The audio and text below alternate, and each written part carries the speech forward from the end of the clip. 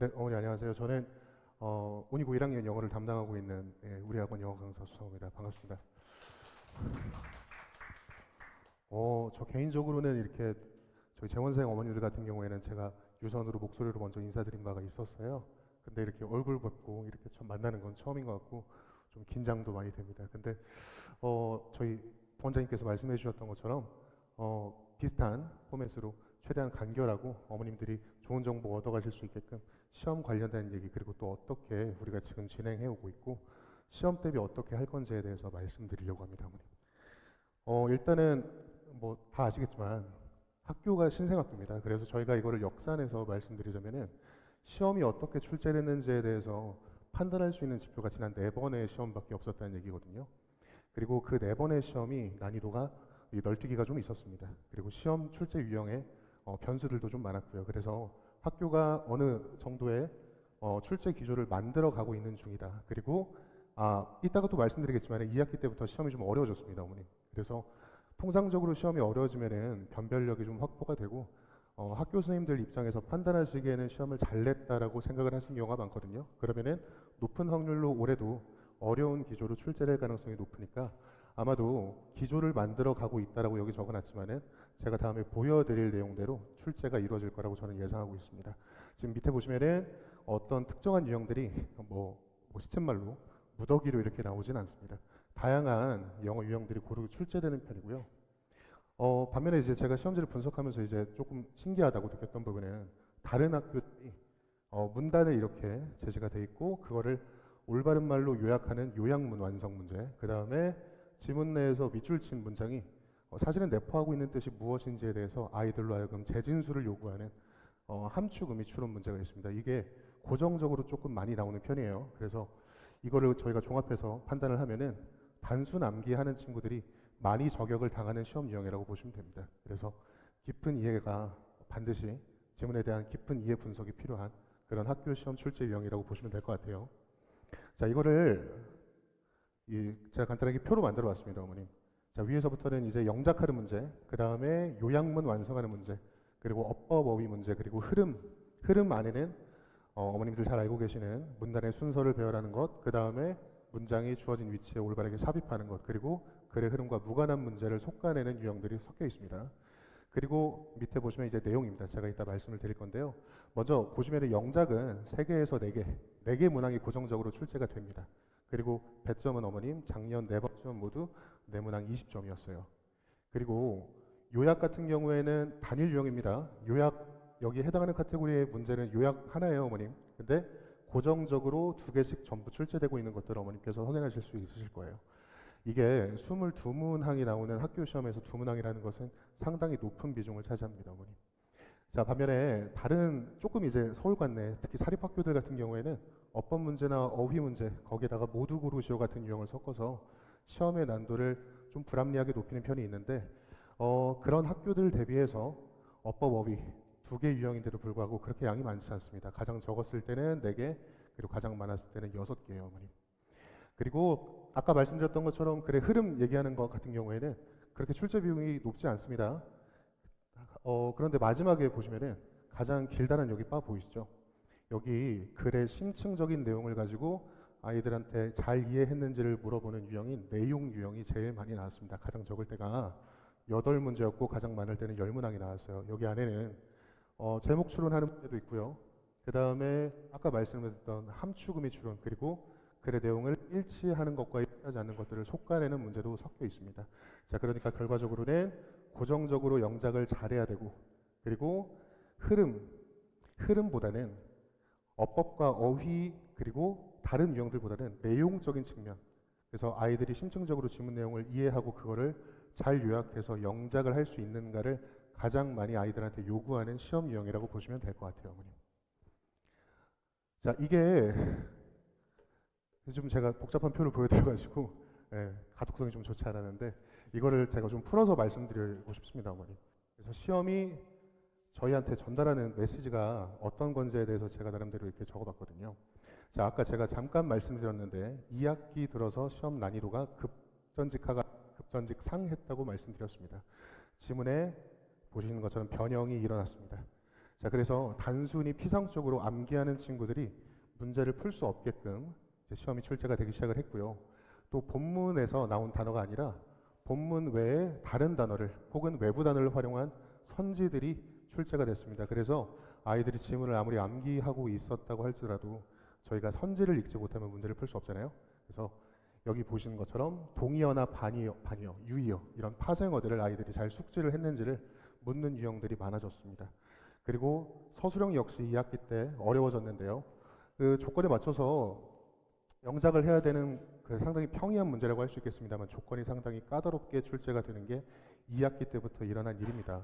그래서 저는 이게 저희가 뭐 세간에 그런 뭐 말들이 있었잖아요. 운이고 학교 좀 쉽다, 영어 쉽다, 뭐 이런 말들이 있었는데요. 2학기 들어서는 저는 이 학교가 시험을 통해서 우리 학교 영어가 절대 쉽지 않으니까 만만하게 보지 말라 이런 것들을 시험지의 난이도로 보여줬다고 생각을 합니다, 어머님. 자, 그리고 이 운유고에 지원한 아이들 같은 경우는 그러면은 이 시험 그 출제 유형에 맞춰가지고 학교가 아이들한테 꼭 갖추기를 원하는 역량 제가 세 가지로 정리를 해봤어요. 첫 번째는 아까 고정적으로 요약문 출제된다는 말씀 드렸었잖아요. 이 문단의 내용을 저희가 요약을 잘해야 됩니다. 근데 어머님 우리가 저희가 퀴즈 같은 거 장문의 설명글 같은 거 보면은 꼭 첫 번째 댓글에 그래서 세 줄 요약 좀 뭐 이런 것들이 달리고 그렇잖아요. 이 주제도 잘 파악해야 되고요. 필요한 정보들을 잘 담아서 한두 문장으로 요약해내야 됩니다. 그러면 글을 얼마나 심도 깊게 잘 분석을 하고 있고 그거를 잘 표현해낼 수 있느냐를 묻는 거겠죠. 그래서 아이들이 문장을 잘 요약할 수 있는지에 대해서 물어보고요. 그 다음에 두 번째는 제가 아까 함축의미 추론 말씀드렸잖아요. 함축의미 추론 같은 경우에는 이 밑줄 쳐져 있는 문장 자체가 갖고 있는 직독직해 해석 말고 그 이면에 지문의 주제랑 연동되어서 이게 대체 하고 싶은 말이 무엇이냐를 아이들이 재진술을 해야 되는 것들을 요구합니다. 그렇기 때문에 밑줄 친 문장의 피상적인 의미를 넘어서 그것이 실제로 전달하고자 하는 의미를 잘 설명할 수 있느냐를 물어보는 시험입니다. 그렇기 때문에 그런 설명적인 역량을 아이들한테 또 요구하는 바가 있고요. 그리고 아까 말씀드렸던 것처럼 네모나고 고정적으로 서술형이 나오기 때문에 주어진 조건문에 맞춰가지고 아이들 잘 영작해낼 수 있느냐 이 세 가지가 운유고의 영어 시험을 잘 대처하기 위해서 아이들이 꼭 갖춰야 될 세 가지 역량이라고 정리할 수 있겠습니다, 어머님. 저는 시험지를 분석한 다음에 기존에 제가 사용해왔던 교재들을 전부 다 폐기를 했고요. 이 학교 시험에 연동이 될 수 있도록 최대한 정규 과정도 교재를 새로 써서 운유고스럽게 구성을 했습니다. 이렇게 4권이 진행이 돼요.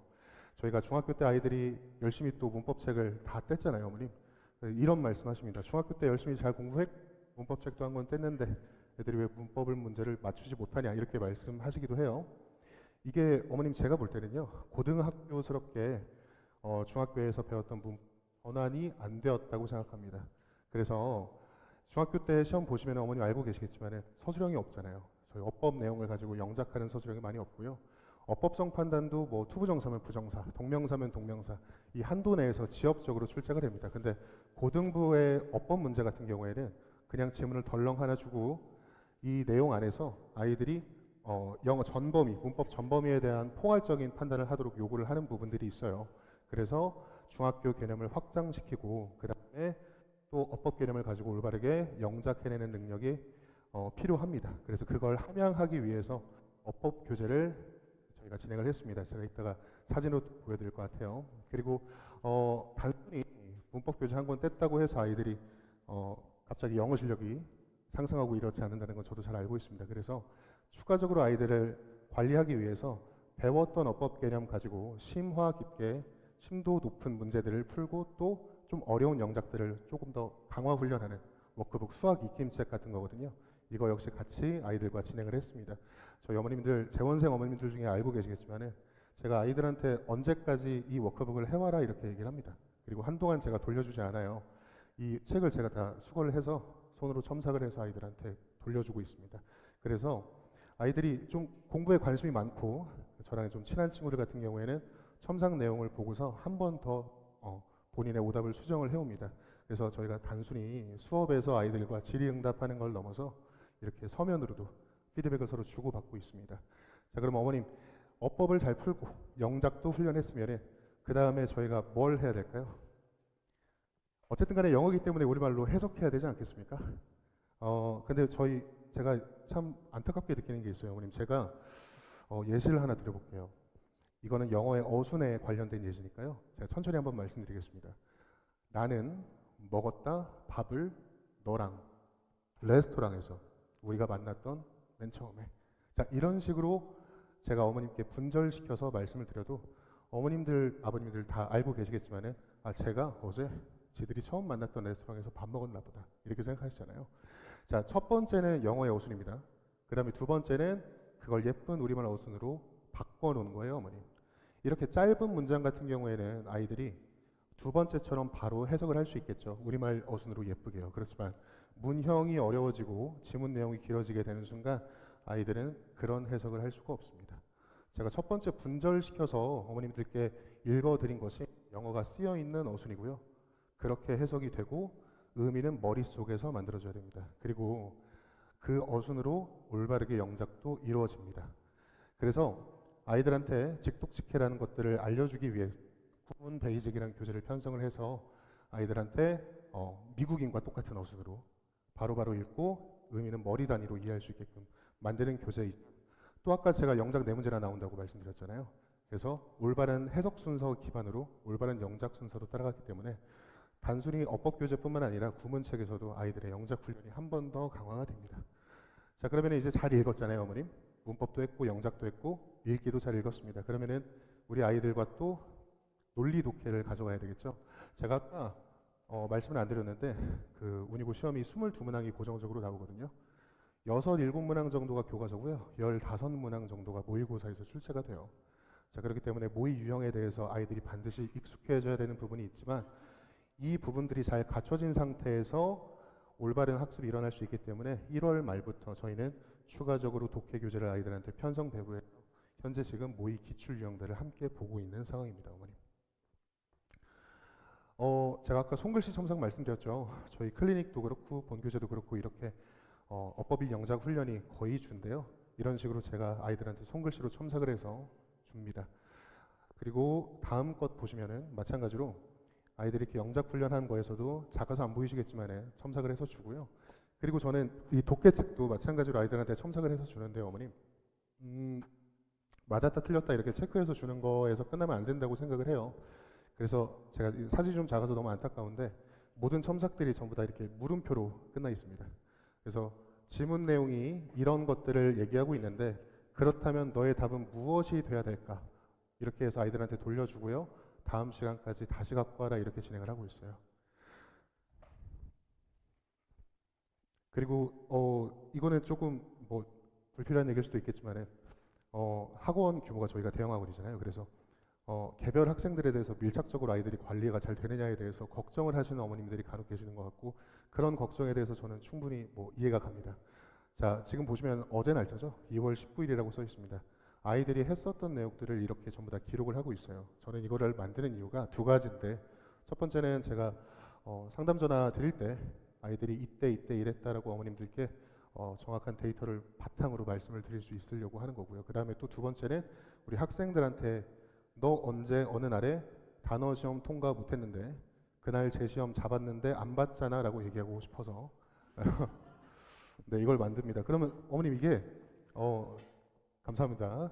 웃어주셔서 이게 두 가지예요, 어머님. 아이들의 반응이. 첫 번째는 우리 아이들이 저 사람이 저걸 알고 있네? 약간 이런 반응이 하나가 있고요. 두 번째는 선생님이 이렇게 학생이 많은데도 나한테 관심이 있구나라고 이제 아이들이 느끼게 하는 그런 두 가지 측면에서 저는 이거를 잘 활용하고 있습니다, 어머님. 자, 근데 어머님 상담하기 위해서 또 아이들한테 농담하기 위해서 하는 게 아니고요. 결과적으로 이 모든 것들은 재시험이나 과제 제출 누락 횟수를 최소화시켜서 아이들이 공부를 올바르게 좋은 습관을 갖고 지속할 수 있게끔 만들기 위한 관리라고 보시면 될 것 같습니다. 그래서 드리고 싶은 말씀은 걱정 안 하셔도 된다라는 말씀드립니다. 자, 저희가 중간고사 이제 아마 가장 관심이 많으실 거예요. 어떻게 운이고 영어 시험을 대비를 하면 성적을 잘 낼 수 있는가 이런 부분에 대해서 말씀드리겠습니다. 제가 책 이름을 Run and Gun이라고 지었습니다. 이게 농구 용어긴 한데요. 공을 오래 소유해서 적진에 들어가서 빠르게 속공으로 슛을 넣고 온다. 뭐 이런 정도로 이해하시면 되겠습니다. 그 책 세 권으로 나눠져 있고 Run and Gun이거든요, 어머님. 그래서 분석서, 워크북, 변형 문항집으로 구성이 되어 있습니다. 제가 아까 2학기 들어서 학교 내신에서 본문 내용과 지문 내용이 변형된다는 말씀드렸죠. 저는 같은 내용으로 두 번, 세 번 반복하는 것도 물론 뭐 기특한 일이고 소중한 일이긴 합니다만은 조금 시간 낭비 같아요, 어머님. 학교에서는 어차피 지문을 바꿀 건데 말이죠. 그래서 처음에는 아이들과 함께 원안을 가지고 초벌 분석을 하고요. 그 다음에 요구되는 핵심적인 어법 내용도 함께 분석을 합니다. 자, 그리고 두 번째 아이들이 다시 볼 때는 이렇게 어휘들을 제가 다 바꾸는 거거든요. 그래서 이렇게 학교에서 변형할 것으로 예상되는 동의어, 유의어, 반의어들을 담은 어법 어휘를 변형시켜서 같은 지문이지만 새롭게 한 번 더 봅니다. 그리고 마지막으로는 똑같은 말이지만 내용을 완전히 다르게 쓸 수 있어요. 예를 들어서 뭐 어떤 능동태 문장을 수동태로 바꾼다던가, 그 다음에 긍정문을 부정문으로 바꾼다던가 이런 식으로 한 번 더 지문을 변형합니다. 그래서 같은 내용이고 같은 지문이지만 다른 모양으로 세 번을 보는 것이 훨씬 더 효율적이라고 생각합니다. 그래서 학교에서 아이들한테 단순히 암기하는 친구들을 저격한다고 말씀드렸잖아요. 그래서 본문을 변형해서 아이들과 함께 진행을 함으로써 지문 변형에 대응하고 있습니다. 자, 그리고 잘 배웠잖아요, 어머님. 그러면 체화해야죠. 체화해야 문제를 풀 수 있으니까요. 해석 영장 연습 당연히 중요하죠. 그렇지만은 아까 말씀드렸던 것처럼 아이들이 어려운 선지나 지문 변형에 대응하기 위해서 유의어, 반의어, 동의어도 반드시 연습해야 됩니다. 뿐만 아니라 고정적으로 4개씩 출제되는 서술형을 위해서 중심 내용을 영작하는 훈련도 진행이 돼야 되고요. 그래서 시험 범위를 체화하기 위해서 워크북이 나갑니다. 그 워크북 안에도 여기 지금 보시는 것처럼 본문의 원안과 의미가 반대로 바뀐 문장이 있다면 이라고 써 있는 걸 보실 수 있습니다. 어쨌든 간에 지문이 변형되기 때문에 해당 지문에 대해서 아이들이 충분히 대응하려면은 같은 문장이라도 다르게 연습하는 것이 필요하기 때문에 워크북 역시 본문 변형을 대비한 형태로 구성이 되어 있습니다. 자, 이제 문제를 풀어야 되겠죠, 어머님. 자, 변형 문항집이 나갑니다, 어머님. 지금 여기에는 제가 써놓지는 않았지만은 아까 제가 어머님 말씀드렸던 것처럼 운이고 뭐라고 말씀드렸죠? 서술형 4개 고정, 그 다음에 어법 어휘는 6문항, 그 다음에 내용이 제일 많으면서 요약문도 어렵다 이렇게 말씀드렸습니다. 그래서 지금 여기 세션이 나눠져 있지 않은데 첫 번째는 이제 내용 강화편, 두 번째는 요약편, 여기 세 번째 어법과 어휘 집중편, 그리고 마지막에는 서술형 집중편, 이렇게 4세션으로 구성돼서 아이들이 변형 문항을 풀게 되고요. 그 변형 문항 틀린 것들 아까 말씀드렸던 것처럼 똑같이 손첨삭이 이루어지고, 그리고 틀리고 아이들이 어려워하는 유형들은 모아서 한 번 더 풀게 하고 풀이도 합니다, 어머님. 아까 저희 부원장님께서 말씀하셨던 것처럼 올해는 상위권 아이들이 많이 지원한 것 같아요. 어쨌든 간에 작년에 뭐 저는 동의하지 않습니다만 시험이 쉬웠다는 얘기들이 있었으니까요. 자, 근데 아까 2학기 때부터 시험이 어려워졌다라는 말씀 드렸잖아요. 그리고 그렇게 한 번 더 올해도 같은 기조를 어렵게 가져갈 것 드렸습니다. 그러니까 사뭇 지난 해랑 올해는 아이들이 경쟁해야 되는 환경이 다를 겁니다. 어려워진 난이도, 그리고 많아진 상위권 학생. 자, 그렇기 때문에 많이 걱정하실 거라고 저는 생각을 해요. 그렇지만 올바른 시험 분석을 바탕으로 정규 과정을 진행했잖아요. 그리고 올바른 시험 분석을 바탕으로 정규 과정을 진행한 거에 얹어서 내신 대비도 운유고스럽게 할 거잖아요, 어머님. 그렇게 된다면 저는 우리 아이들이 본인이 갖고 있는 고유한 경쟁력을 실제 시험 상황에서도 잘 발휘할 수 있을 거라고 생각합니다. 그래서 첫 중간고사에서 좋은 성적 내고 좋은 시작 가져갈 수 있을 거라고 생각합니다. 그렇게 지도해 왔고요. 그렇게 또 내신 대비도 지도할 생각입니다. 제가 우리 운이고 1학년 아이들 영어는 끝까지 열심히 최선을 다해서 지도하겠습니다. 제가 준비한 내용 여기까지입니다. 감사합니다. 질문 있으시면은 주시겠어요, 어머님?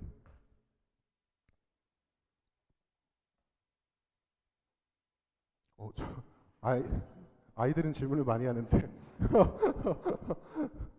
네, 그러면은 저는 국어 선생님께 마이크 넘겨드리도록 하겠습니다. 들어주셔서 감사합니다.